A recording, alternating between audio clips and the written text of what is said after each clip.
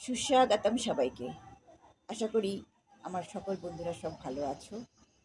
আজ আমি কবিগুরু রবীন্দ্রনাথ ঠাকুরকে শ্রদ্ধা জানিয়ে আমার একটি প্রচেষ্টা তুলে ধরার চেষ্টা করছি, ভুল ত্রুটি মার্জনীয়। তবে যদি ভালো লাগে তাহলে কিন্তু প্লিজ সবাই একটু লাইক, কমেন্ট, শেয়ার আর সাবস্ক্রাইব করে আমার পাশে থেকো। ধন্যবাদ। কবিতা কৃপণ, কবি রবীন্দ্রনাথ ঠাকুর, কণ্ঠে ও ভঙ্গিমায় আমি নিবেদিতা।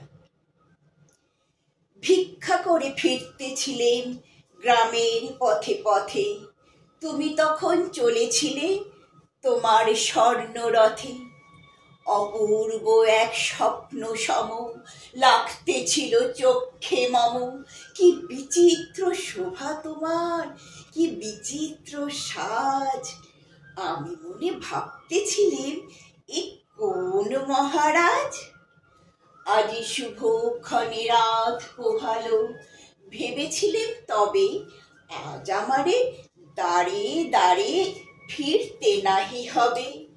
বাহির হতে নাহি হতে কাহারে দেখা পেলেম পথে। চলিতে রথ ধন ধান্য ছড়াবে দুই ধারে। মুঠা মুঠা কুড়িয়ে নেব নেব ভারে ভারে। দেখি সহসা রথ থেমে গেল আমার কাছে এসে।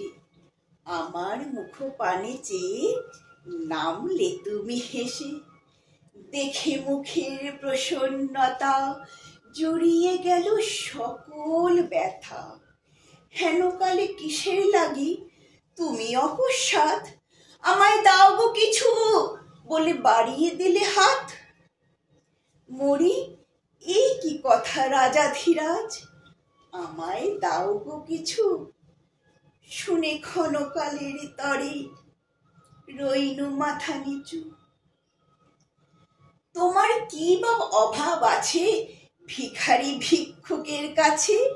এ কেবল কৌতুকের বসে আমায় প্রবঞ্চনা। ঝুলি হতে দিলেম তুলে একটি ছোট খনা। যবে পাত্রখানি ঘরে আনি উজাড় করি, এ কি ভিক্ষা মাঝে একটি ছোট সোনার কণা দেখি। দিলেম যা রাজ ভিখারি রে, স্বর্ণ হয়ে এলো ফিরে। তখন কাঁদি চোখের জলে দুটি নয়ন ভরে। তোমায় কেন দিইনি আমার সকল শূন্য করে। নমস্কার।